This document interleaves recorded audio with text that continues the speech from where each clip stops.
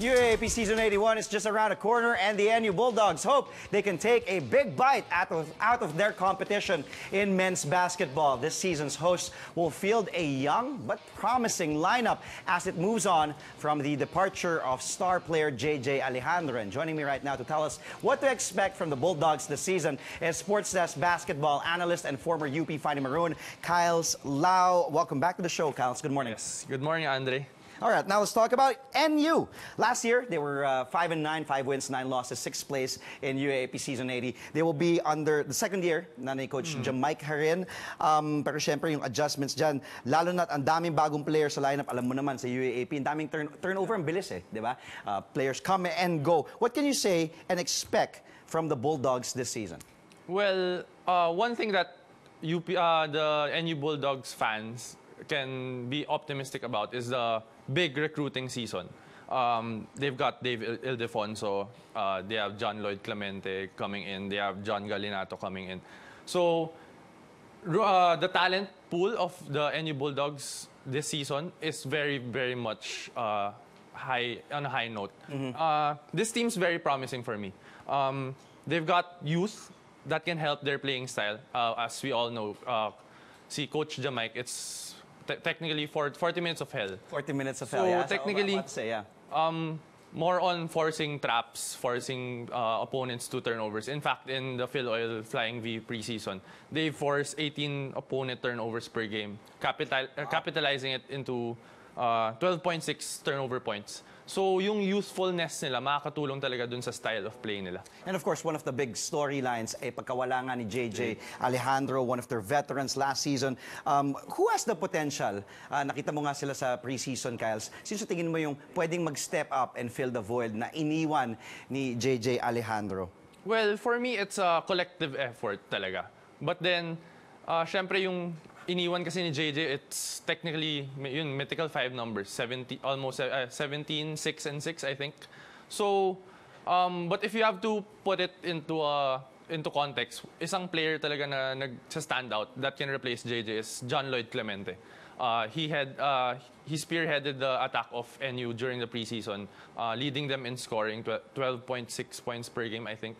And then, yun, in 39% in 3-point field goal percentage, and then 42% in 2 points. So he's a natural scorer.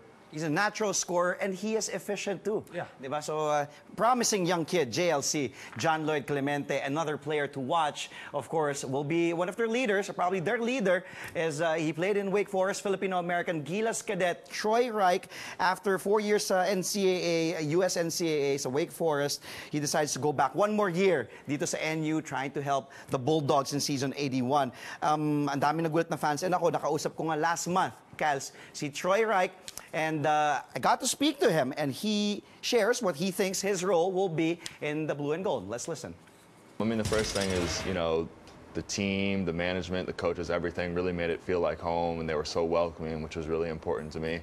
But also just going back to what I said about development, you know, I've played with some really talented players at Wake and Gilas, and they have talented players at NU as well, but they're a little bit younger. So I feel like I can come in and be a leader and help maybe mentor these guys, and also be an opportunity where I can take some more shots than I'm used to before, and that will help me develop. We heard Troy Reich did say he's, you know, with young players now, and he will be probably a leader. He wants to be a leader. Do you agree, Kyles, with Troy Reich there? And ano pa sa tingin mo ang madadala ni Troy Reich, who's a proven vet, hindi sa UAAP, diba? Pero syempre, he played in the US NCAA, played with Gilas sa Phil Oil. So what do you think can he contribute and bring to NU? Well, I agree with Troy. JJ Alejandro left the leadership spot in NU, and I think Troy is the one who's gonna replace that role. I mean, as we've mentioned, Troy will be a rookie in the UAP, but he's not a rookie in college ball. So, yun nga. First is the leadership. The next one, statistically or in gameplay wise, I think Troy can help in the little things. I mean, he prides himself for doing the right things. Setting screens, getting rebounds, drawing charges. So I think what I like about Troy Reich is he plays the game right. So I think he resembles some sort of a Troy Rosario back then.